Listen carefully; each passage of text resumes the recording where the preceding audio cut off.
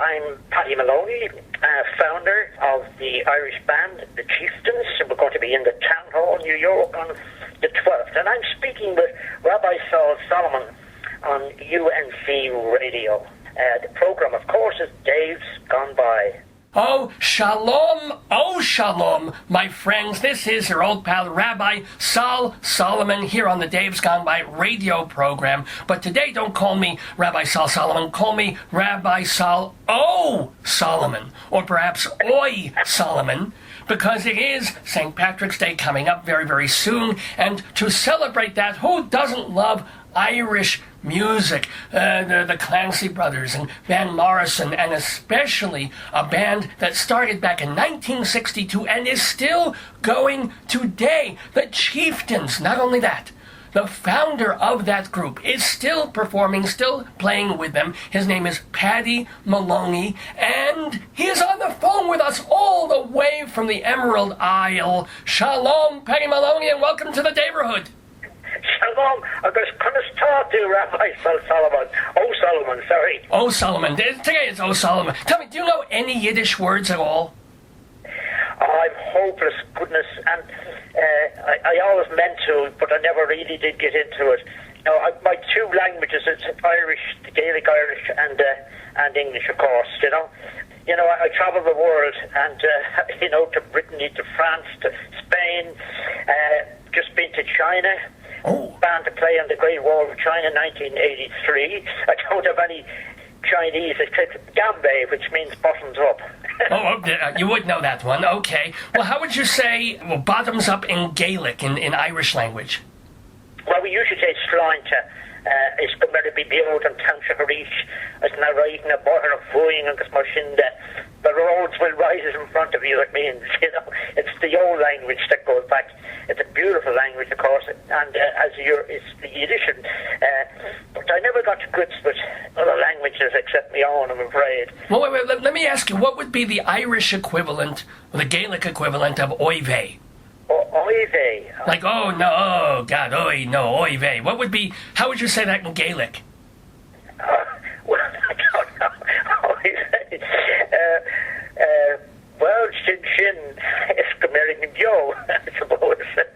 Okay. All right, I'm already lost. We're talking with Paddy Moloney of the Chieftains. They are going to be at Town Hall Saturday, March 12th. I believe that is today. So, have to ask, you started, of all things, as an accountant for several years. I bluffed me way, but I didn't. I did accountancy work during the day, all right, and I went to study at night because things weren't great. I had to have a job, a day job, to bring in the few bob. So I went at night, and I went halfway, let's put it that way. But the music sort of took over, especially come Christmas time. And all the parties would start, and then I wouldn't go back, until the following September. But that was the kind of profession I was going towards, and thank God I failed. But what shocked me a little bit is that one of the other founding members of the Chieftains, he left the band to go into, civil engineering. He actually was making music, you guys were successful, and then he decided to build buildings or something, right? Correct. That's Michael Tubridy, who is one of the founder members that's still with us. And Michael is a civil engineer. In fact, if you come into Dublin town, the new airport that was built there, that was his project. Wow. But Michael used to come on tour, and when he'd get back off the tour, he'd go straight to the office and start picking up where he left off, So he never really gave up the engineering until he retired in 79. But it sounds like he did both of them for love, whereas you probably did not love accounting very much. I didn't, but it stood to me later because I was able to, when I took over the whole running of the band and building up the group from, 53 years now, I started, this all stood to me. And, accounts, contracts, that kind of work. Even to this day, I still do the books for the band myself, Really? For the yearly audit and things. But that's the sort of thing that did stand to me from a commercial point of view, having had, the experience of working at it during the day. in a big builders providers. There was 600 people worked there, and I used to do the wages as well as everything else. Wow. Keep the money flowing, if you know what I mean. I wonder, did any of it flow into your pockets, or were you honest? No. No. Okay. No. But they eventually made me manager, one of the management team with a big pension. But I saw fit, though, in 1968 to give it all up. Chieftains are still going strong. And in 68, I took over the running of a record company called Claddagh Records, which was, in fact, where we recorded the mother company in those days. And I think I produced over 40 albums during the 8 years as managing director. But all the time, keeping an eye on the Chieftains, waiting for the time to pull up the stakes, and got the lads going, and got sabbaticals for some of them from their jobs, just to see would it work, because it is true trad music, traditional Irish music. When you start appearing on Saturday Night Live in 1978, I think it was, and being asked to play for Peter O'Toole and Peter Sellers, and I could go on name dropping for a long time. Oh, please do. You had something special there, and it was great in a documentary that was made on me there 2 months ago. They showed the first concert from the Albert Hall in London, which 1975, that's when we decided to go full-time professional. Wow, so it took about 13, 14 years before you guys... Yes, to go to full-time. Just building up, like the Clancy Brothers and Tommy Makem did a great job in the 50s for the songs, and I had a great belief that, this great folk art that we had, this great traditional music, it had a listening audience out there throughout the world. It took a while, but we made it, and it's still going strong. They're into... They want me to do 17 now, 2017. My God. Already booking us in America. So we can't complain, but we try to ease back a bit, and not to push too hard. I'm getting a bit long in the tooth now, as they say, Well, here is a question. Actually, I've got 10 different questions just from what you were saying, but we'll start with, do you...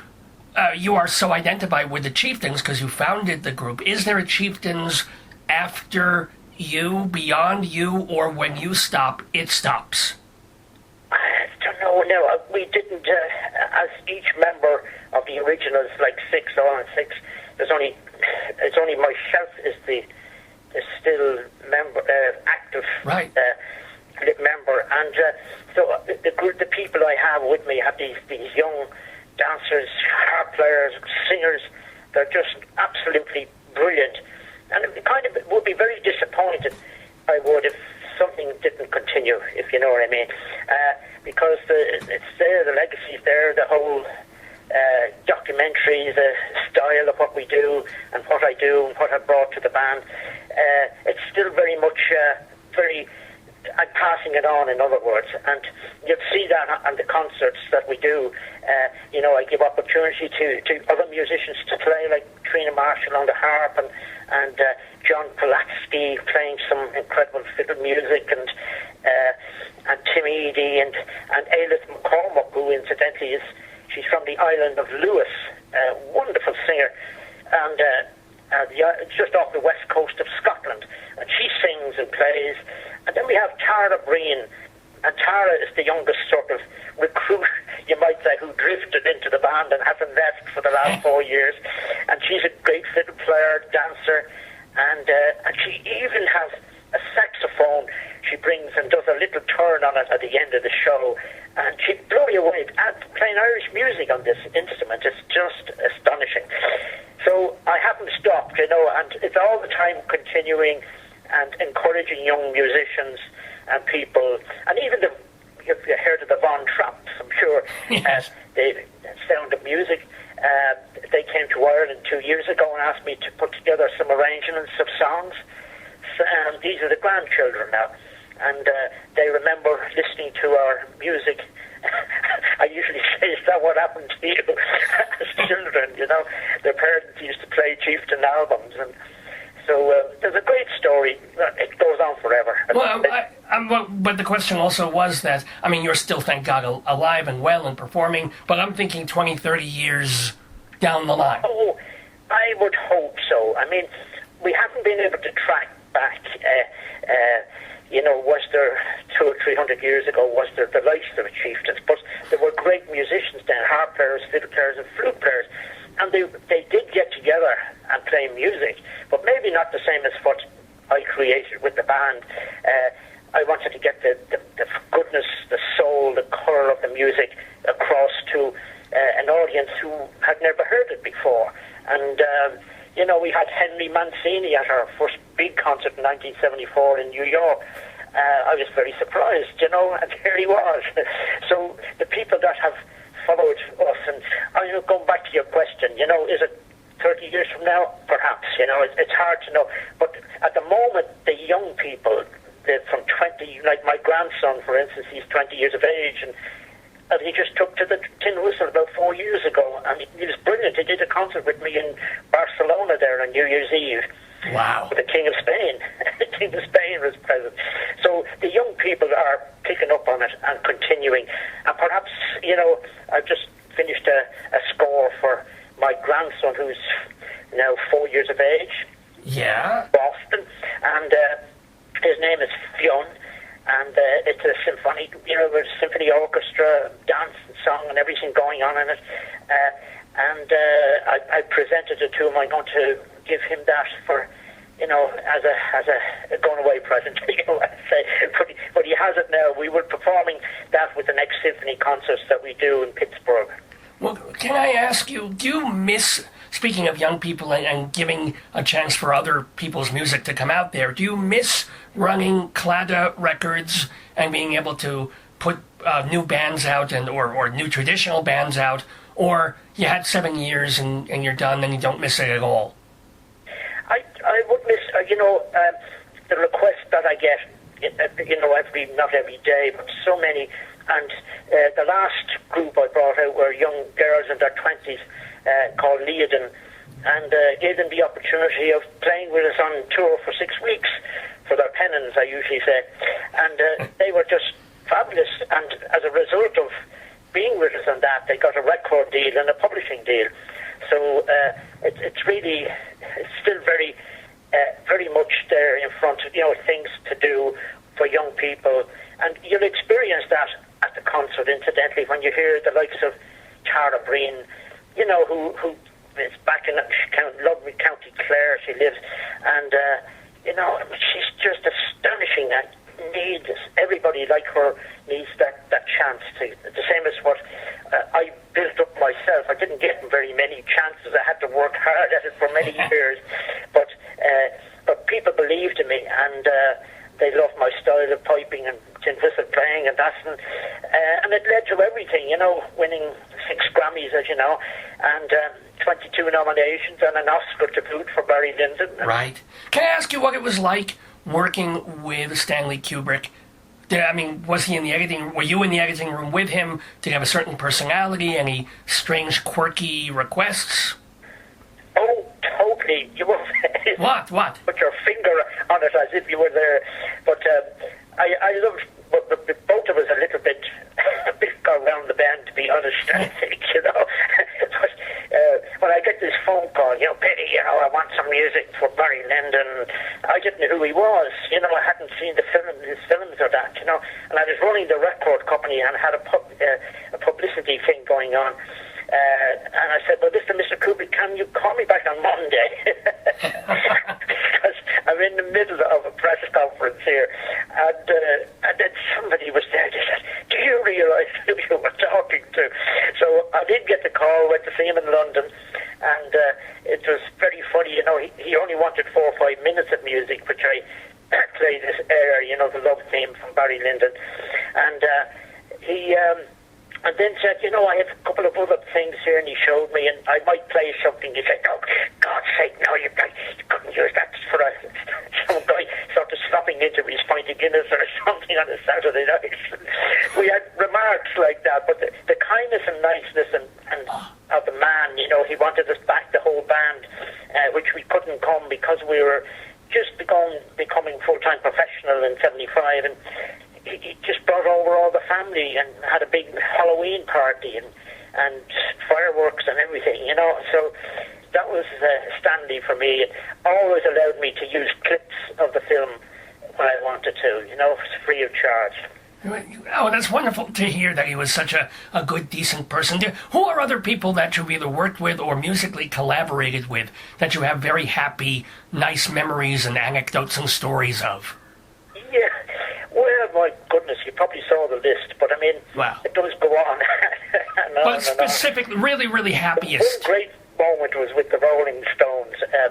When they were in Dublin, I got them to do the song The Rocky Road to Dublin. And I took Satisfaction, Satisfaction there in one of their songs, and I put the riff into the middle of the Rocky Road to Dublin. And Keith came to me, pulling up, where'd you get that idea from? How'd you get this? So, but we had a great party. I remember, 1 o'clock, I hadn't anything on tape. And I said, lads, do you mind if I pressed the button? And so they all just got into it, and it just flowed beautifully, and I knew they weren't going to stop. So I had to do the old trick, the mechanical sort of fade out, but so who cares, Right. The wood was flying, and McJagger was there and everything, and just great. But that was a great moment. And Sting, working with Sting was terrific. And, you mentioned Van Morrison, and we've since... That is one of the best albums that you ever did. We've had Van, yeah. And we made Irish Heartbeat, of course, together, a whole collaboration album. So the memories of that were good and bad. Well, I've interviewed some other people about Van Morrison, journalists who've tried to interview him, musicians who've worked with him, and again, the stories are good and the stories are bad. So you had a mix of both. Well, Van rang tomorrow morning and said, look, I have a song, will you come in? I'd be there. And, and since we made that album, he's been on Shenandoah, The Long Journey Home, which we'd play some of that music for you in concert. We still have that because we've a lovely choir who are going to give us a hand with it too.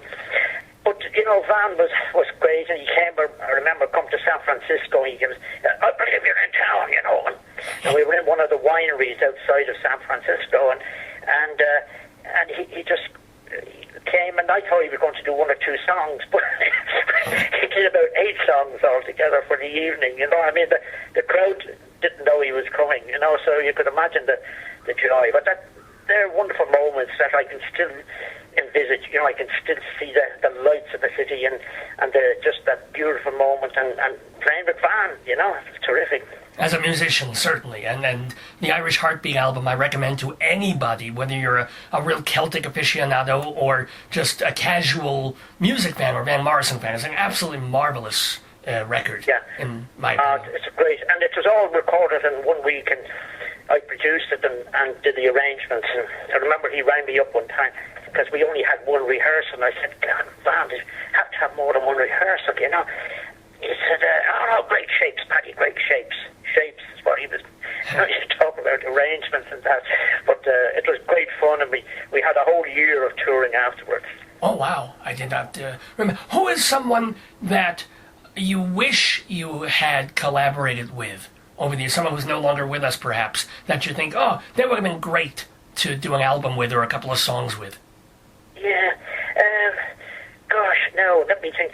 I know we did one song with Pavarotti, who I have great admiration for. He's passed on, but Bob Dylan was somebody who I approached because we did a festival in Japan at Nara, the Buddhist monastery there in Japan, and it had everybody, and Joni Mitchell, everyone was on that concert, and including ourselves, and Bob Dylan, so there was a big jam session at the end, and I know he did say, maybe, I could do a song, I wanted him on The Long Journey Home, and, but it was all going well for a while, and then all of a sudden, everything started to change for him, and he just took off again, and I couldn't wait. I had to let the album out without him, so maybe someday, Maybe. Oh, okay, because there's a picture of you with him, I think, on some website. So that's right, yes, yeah. We've so many photographs and things out there that they're every day. Like, for instance, 2 weeks ago we played, we're commemorating the 1916 rebellion. Right. 100 years, 1916 it took place, and so this year it's called Misha Era, which is I Am Ireland, and I'm including new pieces of music to commemorate them. It is the turning point in Irish history, in other words. What is it? It's Missionera, you said? We played in Glasgow 2 weeks ago with Symphony, and Christopherson came and sang 3 of his great songs. Wow. I mean, it's still happening even to this day, that we do get together with great musicians, and we had a little few drams of Scotch whiskey afterwards with him, and I remember him saying to me, maybe we should do a tour. All right, hey, or do the Missionera position or something like that. But exactly. Yeah. Can I ask you, having been in music and touring and then that lifestyle and being Irish, was alcohol ever an issue, a problem with you or members of the band? Because it's kind of like the Irish curse thing. No, we sort of had a we didn't have a golden rule. We had a general understanding, unsaid, that nobody sort of went on the jar before a concert, or, we don't bother. We have a few bottles of Guinness and that sort of thing ready for guests after the show, but it doesn't work, especially in our kind of music, and it's great to go to a party afterwards and have a session, as we often had and often do. And with the likes of Van, for instance, it comes back to memory. It comes back to my memory in Holland. We had one of the great nights that went on all night after a show, And that's when you might just relax and have a glass of red wine or whatever, But you didn't, nothing ever got out of control or something that you guys couldn't handle? Oh, even to this day, like, our government still consider us their musical ambassadors, and Culture Ireland is a group that are doing some wonderful work all over the world. But the first concert, as I say, was in Glasgow, and they were involved in that, and being musical ambassadors, you've got to act like that, but it's still great, that we can still have fun afterwards. And all those youngsters in the band that I've got, I should call them youngsters, they're from 20 to 40, but they love to party afterwards, and so they just take off, but I'm too old for that now, I just couldn't stick that. There was a time. There was a time. I get them at it, Now, speaking of older times, when you started doing collaborations and things like that, did you take any guff from Irish music purists, that suddenly you would stop just doing the harp and the tin whistle and the ukulele pipes, and now you were collaborating with pop stars and things? Did people get mad about that? They did, and they got mad about everything, that even what I was doing myself, in putting together our unique sound and arrangements, bringing out colour and tunes that, I had done a lot of, a lot of medals for All Ireland competitions, but if you might sit down with a bunch of musicians and play, and still do to this day, but what I used to call is trash the Beatles. It was great for you and them, but not for a listening audience who would be just charmed to hear the inner beauty of tunes and music and that, So the older people, when I was 12 and 13, I was even doing little harmony things with tin whistles and stuff. They'd say, "Oh, come on, you cut that out now, stop it. You don't want to be that." And when they heard I had a skiffle band, I started a skiffle group for a year, I think it was. And I introduced the tin whistle into it, like Lonnie Donegan, putting on the egg and knee, putting on the star, all those great songs, And Lonnie Donegan. Does your chewing gum lose its flavor on the bedpost overnight? That's it. Yeah, Rock Island Line, yeah. The lady dress up with a beard and a white hat, But it was really for fun, Never for 1 minute was I ignoring, what I did best, traditional Irish music, That always took first place with me, And, Speaking... but great times, though, and music has continued, It didn't do me any harm, thank God.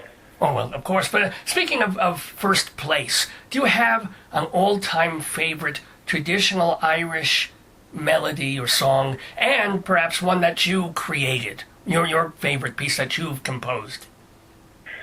Yeah, I've done quite a bit of composition, and this piece now I've just told you about my Fionn for my grandson is entirely composition, and although it's with orchestra and that, but at the opening part of it, and this just happened 4 weeks ago, I put what I call a Soontree. It's a lullaby, for him, because I remember him being born as a child, and it took a while for me to finish it, but I put together this lovely little air, which I think has a bit of magic about it, and it's very, very simple with whistle and that. But there's so many great pieces. I mean, there's been a lot of film music I composed music for, like the Tristan and Isolde. Now, nothing to do with that. The Wagner opera, yeah. No, this is the original 9th century tale, where it came from. And Richard Burton, in fact, was Tristan. No, he wasn't Tristan. He was the king of Cornwall. That's right. And but I did a lot of music in that, and there's some nice melodies there that are soulful. And the film, incidentally, never got off the ground, but the music lives on. And even my good friend James Galway has recorded some of it. So I just love the way you pronounce the word film. Can you say film? I love that.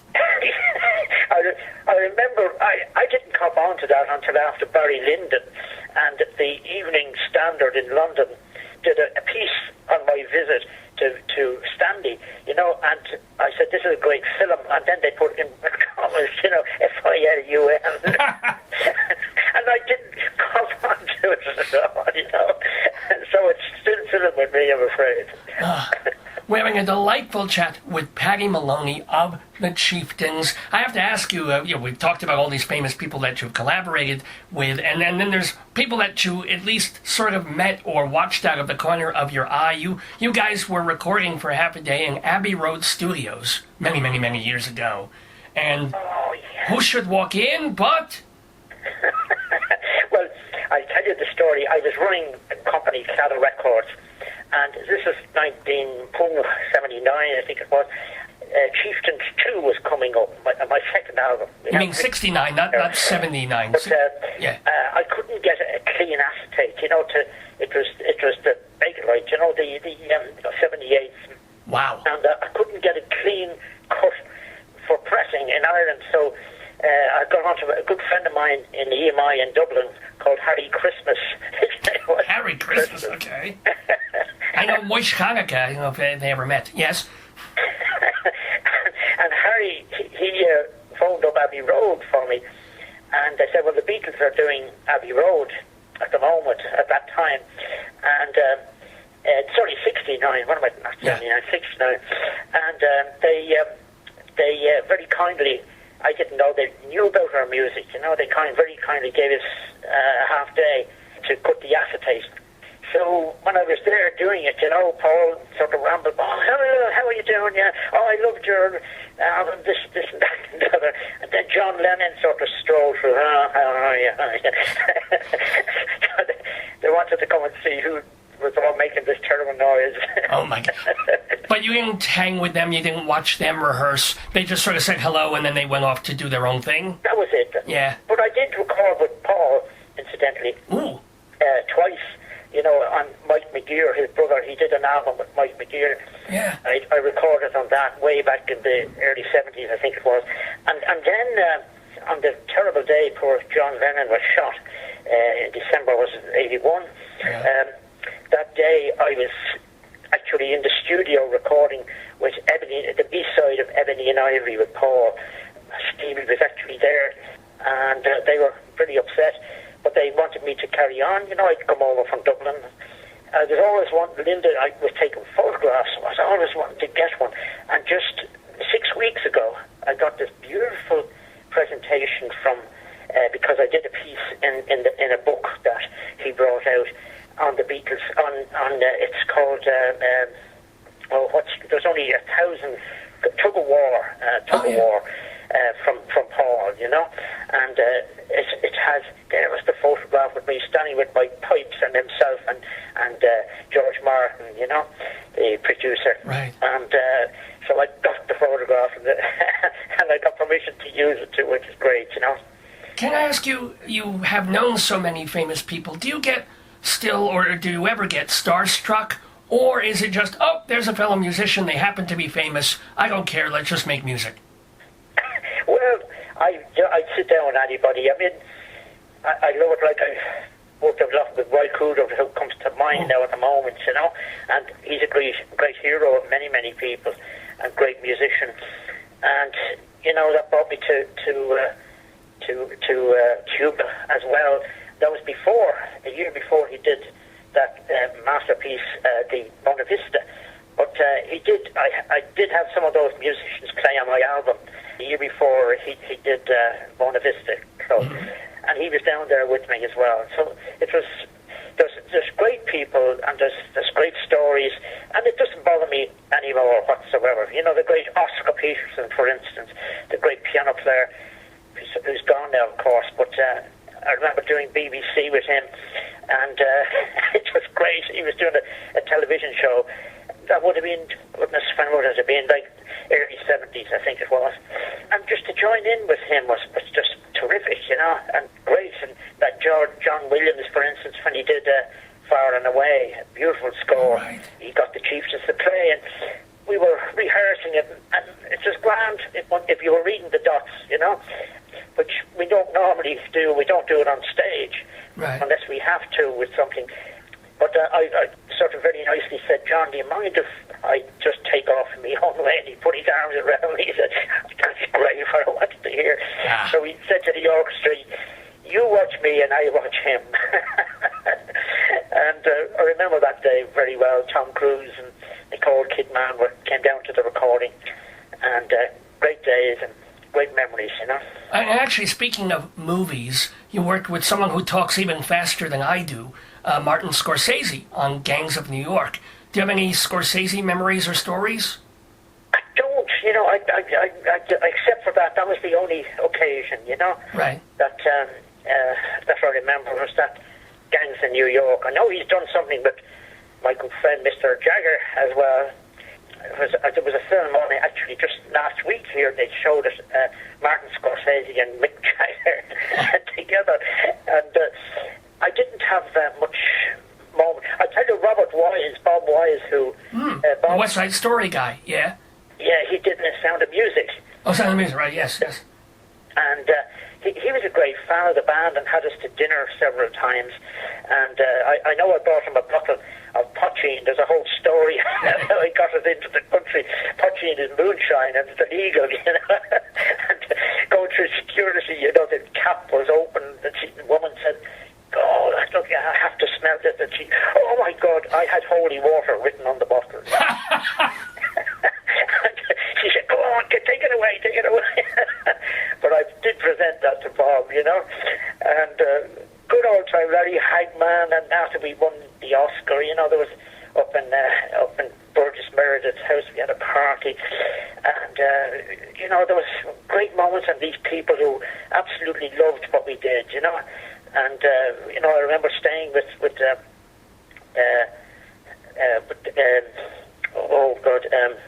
was that down on Malibu Beach? It was. It's going out of my head. Sorry, I'm talking too much. Sorry. No. Too much name dropping. I should mention, incidentally, in the concert, we're going to show a video of my tin whistle. Burgess Meredith, I was trying to say. We used to stay with him, the family. My tin whistle did go up onto the International Space Station. Wow! Yeah, I went around for 6 months and with one of Matt Malloy's flutes. And I got the whistle back from Katie Coleman. Katie is an astronaut, and she plays the flute. And my son, incidentally, the rocket scientist, he worked for NASA there for 7 years. And so we do get around. I should mention my daughter. My God, she'd be furious.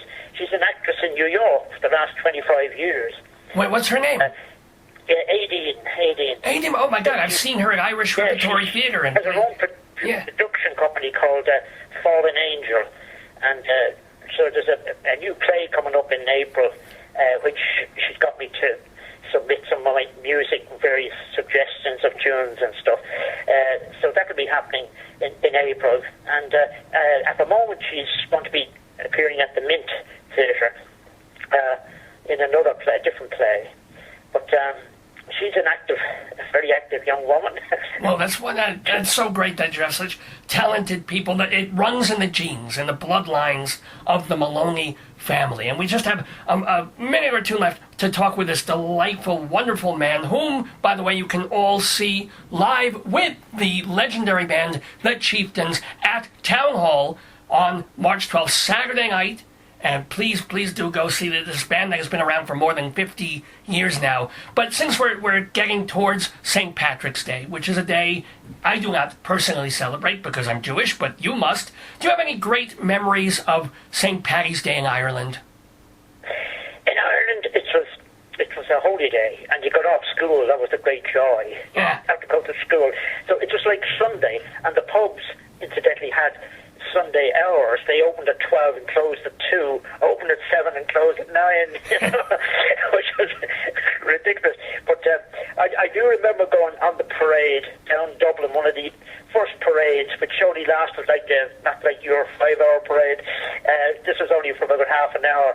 And I was up on an open lorry, and or truck, as you would call it, with 16 young pipers. And I was in short trousers, and I was frozen. It was really cold. Oh, right, yeah. Playing the pipes, But I do have that great memory of that, and of my father, singing the Dear Little Shamrock, and great memories of that. And music would happen that night too. Somebody would play a melodeon, and the dancing would start. And there was a wind-up gramophone that I had. I'd play the old 78s on, and that was all the... During a parade?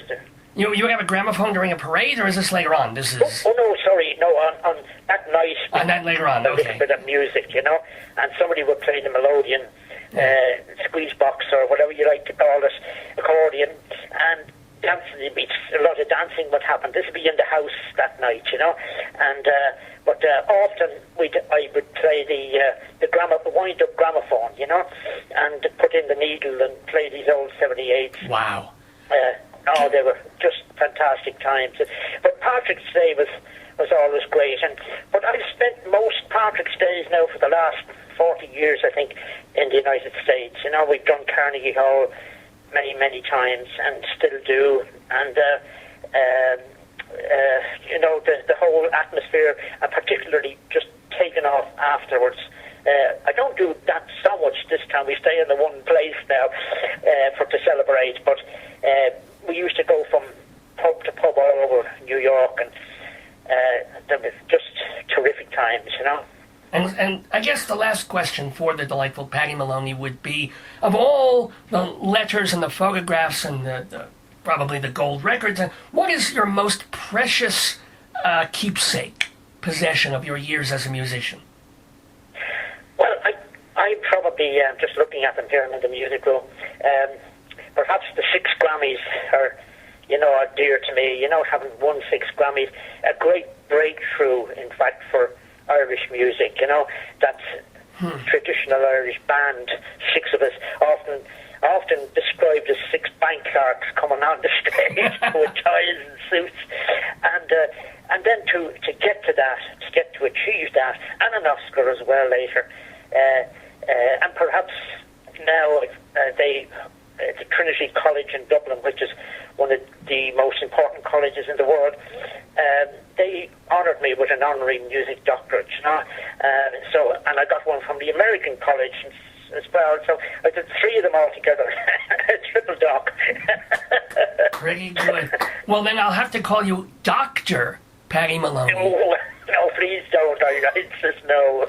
Well, it has been a healing balm to the soul to talk to you, as it has been to hear your music for these past 50 or so years. Everybody, please see the Chieftains at Town Hall Saturday night, March 12th. I want to thank you ever so much for spreading the wonderful blarney with us here in the neighborhood, and much continued good health and success and extraordinary music to you, Paddy Moloney.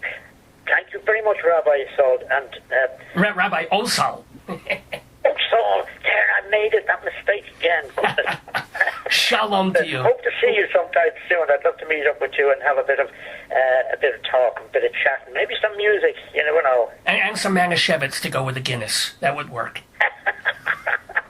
Shalom to you, Paddy Moloney. Shalom, shalom, shalom.